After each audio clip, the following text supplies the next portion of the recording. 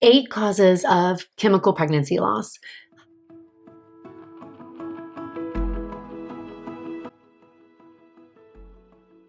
Hi friends, I'm Dr. Natalie Crawford. I'm a board certified OBGYN and REI, so I'm a fertility doctor.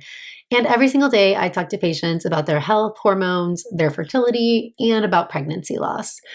I experienced pregnancy loss myself, having 4 miscarriages before I had my 2 children. So this is a topic really near and dear to my heart.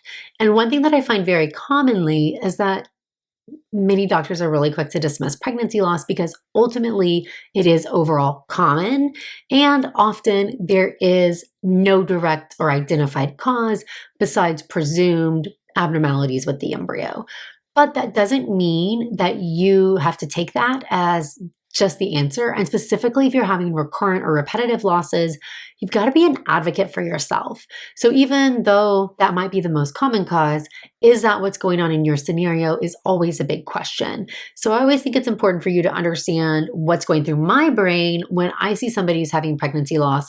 And this can help you in your evaluation of your own situation and what questions to ask your own care team, because ultimately medical care is personal, especially when it comes to pregnancy loss. We all have a unique situation. Before we jump in, just huge thanks for all your support on the channel. As always, so thankful. Would love it if you would subscribe, like, share, comment. We get a lot of our next topics from your questions and your comments down below. Officially, a chemical pregnancy loss is a pregnancy loss that you get a positive pregnancy test. So HCG is being made in your body, but you have never had an ultrasound that documents the pregnancy inside your uterus or sees the pregnancy at all. You start miscarrying beforehand. So this is the scenario where you might get a positive test and then you start bleeding maybe a week or so later before you ever go see your doctor, or too early to detect anything on ultrasound. This is representing a very specific time during implantation for both the embryo and the uterus and the environment, and it might represent a different slew of problems than if you're losing pregnancies later on, because that might represent something differently, having an empty sac, or having a baby that looked normal and then lost the heartbeat, or even getting into the second trimester. So we start actually thinking about different things depending on how far the pregnancy might progress. So we're going to go through a list. Of course, you might hear the statistic that up to 25%, 1 in 4 pregnancies are going to end in miscarriage. The odds of pregnancy loss increase as you get older. So that's just really important to know. If you're 40 and you're trying to get pregnant and you see a positive pregnancy test, you're going to have a 50% chance of having a loss due to chromosome issues. And that's because the number one cause of a chemical pregnancy loss is going to be chromosome abnormalities of the embryo, most of these associated with age-related aneuploidy, meaning as women get older, the chromosomes inside their eggs start to move positions, is the easiest way I like to think about it. Imagine your chromosomes are lined up inside your egg and they're kindergartners in order, alphabetical order. The longer I ask them to stand that way, the more likely somebody's going to get out of line. And so if we think about this, if you're 40, they've been sitting there for 40 years. And so we have an increased odds that somebody's out of line, just leading to failure when the embryo is developing to be able to do everything that it needs to do. And so this is going to be one of the top causes. So number 1, we've got chromosome abnormalities of the embryo. Most of these are random and due to age. However, there is something also called a balanced translocation, and this is where 2 of your chromosomes have swap spots, and this could be either maternal or paternal in origin, and you don't really have any symptoms until you start trying to get pregnant and you're having repeated pregnancy losses. This can be diagnosed with what's called a karyotype of your own blood, so checking your blood to see if your chromosome is 46XX, 46XY, or if you have anything that has swapped positions. So that usually is a test that we recommend. But importantly, there's no test for random aneuploidy or random genetic abnormalities beforehand. You can test if you've had the pregnancy loss and you have the miscarriage contents to see if it is genetically abnormal. But by definition of a chemical pregnancy, we don't have that to test. So sometimes we might say this is the most common, the most likely scenario, but there's no way for us to know if that's really what caused it or not. Second is going to be poor embryo quality, and we're going to correlate this to poor egg or poor sperm quality. Remember that an embryo needs to be genetically normal, yes, number 1, but number 2, It has to have the competency. The cells have to divide, the organs have to form, turn into a baby, and your body is not supposed to allow just anything to implant.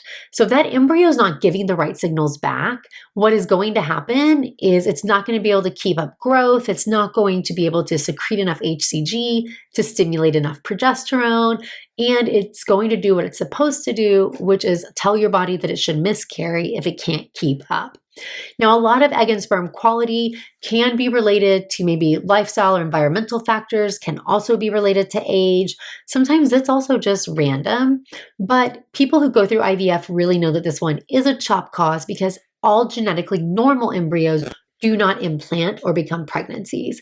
And so that is just telling us that it takes more than genetics to become a baby. Number 3, speaking of progesterone, is going to be low progesterone, luteal phase defect, issues with ovulation. So remember though, something else is causing this problem. So progesterone is really important. It opens and closes that implantation window. It is made from ovulation. Do not take progesterone in your follicular phase. Your body does not have progesterone then. That is an estrogen dominant phase by nature. But once that corpus luteum starts making progesterone after ovulation, you're on a certain clock to open and close the implantation window. And we know that low progesterone levels is kind of a chicken and egg thing with pregnancy loss, because if the pregnancy is not dividing normally, it's not making enough HCG, it's not stimulating as much progesterone to be made, and that's part of how you should miscarry. But the opposite can be true too, that if you're having an ovulation issue, and if the first stage of ovulatory dysfunction is a short luteal phase or failure to make enough progesterone or have a corpus luteum last long enough, you could be in a position where maybe your ovulation issue is causing a luteal phase issue and not enough progesterone. Again, we want to try to get to the root cause. I like to treat a lot of this with ovulation induction. Progesterone's not wrong, but there's a little bit more that's going on here. Number 4, speaking of, let's say endocrine and hormonal issues. So in the same context, what all can cause hormonal or endocrine issues? Well, we've got thyroid disease, we have prolactin abnormalities. You also can have ovulatory issues in the context of having hypothalamic dysfunction, even PCOS. You can also see insulin resistance playing a role when it comes to endocrine issues that can contribute to early pregnancy loss. Number 5 is going to be autoimmune issues. So autoimmune disease itself can cause a lot of inflammation, and autoimmune disease has been associated with higher rate of pregnancy loss, especially if it's uncontrolled, undiagnosed. That doesn't mean that there's an easy catch-all panel for every autoimmune disease. It can be very hard to diagnose autoimmune disease. You often have to get quite sick to get to that level. But things like autoimmune thyroid disease definitely correlated with early pregnancy loss. Things like celiac disease has also been shown. Things improve if you take gluten out of your diet for celiac. Things improve with autoimmune thyroid disease if you're on Synthroid. So this is something to think about, especially if you have autoimmune disease in your family. Next is going to be clotting disorders. So clotting disorders, if you have something called a thrombophilia, means your blood is more prone to clot. This can be autoimmune, like antiphospholipid antibody syndrome, but there's some other clotting disorders. They can run in families. You might know about this because you might have developed a blood clot in the past or been told not to take birth control pills. But getting pregnant predisposes you to have even more blood clotting. A lot of times, the recommendation is not to screen for all of these because they're not a common cause of early pregnancy loss. Typically, it's a later pregnancy loss that you're seeing, but it is something to think about. And if there's anybody in your family who's had blood clotting issues, definitely bring that up. Next is going to be inflammation in general. So inflammation is a really underlying issue when it comes to insulin resistance, autoimmune disease. But inflammatory behaviors themselves can contribute to pregnancy loss. So things like cigarette smoking, heavy alcohol use, marijuana use, even, toxins in our world. So this is where you can actually probably make a big difference by taking control of what you can and looking at your life and trying to have a less inflammatory lifestyle. And this goes for both you and your partner. Even partners who use marijuana have a higher rate of pregnancy loss than the female partner. So male partner using marijuana can contribute to pregnancy loss. So it's changing sperm quality, changing the DNA in the sperm, causing inflammation that is contributing.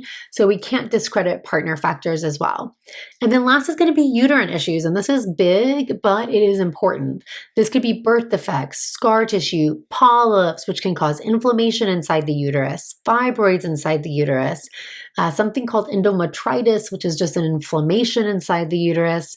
And so this is something to think about, especially if you're having repeated pregnancy losses. We want to make sure we're doing a uterine cavity evaluation. So a lot of this evaluation is going to include different types of hormone testing, so blood work, but we're also going to want to do an evaluation of your uterus, the inside of the uterus specifically. So not just a regular vaginal ultrasound, but like a saline sonogram, something where we're putting something into the uterus to look around. And we also want to do a semen analysis because the sperm quality can impact this as well. So we want to check your ovarian reserve, your hormones, think about clotting factors, think about endocrine issues, think about autoimmune, especially if there's anything in your family, karyotype, and then of course the anatomical evaluation, the semen analysis. So there's a lot of things to think about there. A lot of times you heard me say your situation or family history, and that is why a good menstrual history, understanding your family history, and really your doctor can only use the information you give them to go on. Don't discredit if you've had repeated pregnancy losses. I've seen some doctors totally discredit them. I count them. They are pregnancy losses. So bring them up to your doctor. If you're having multiple of them, don't settle for a no workup. Find yourself a fertility doctor or somebody who will give you a proper evaluation. Sending you lots of love. Thanks again for all your support. Hopefully this video is helpful. Ask questions in the comments. And as always, you can get more information on the As a Woman podcast or over on Instagram at Natalie Crawford MD. Thanks, friends.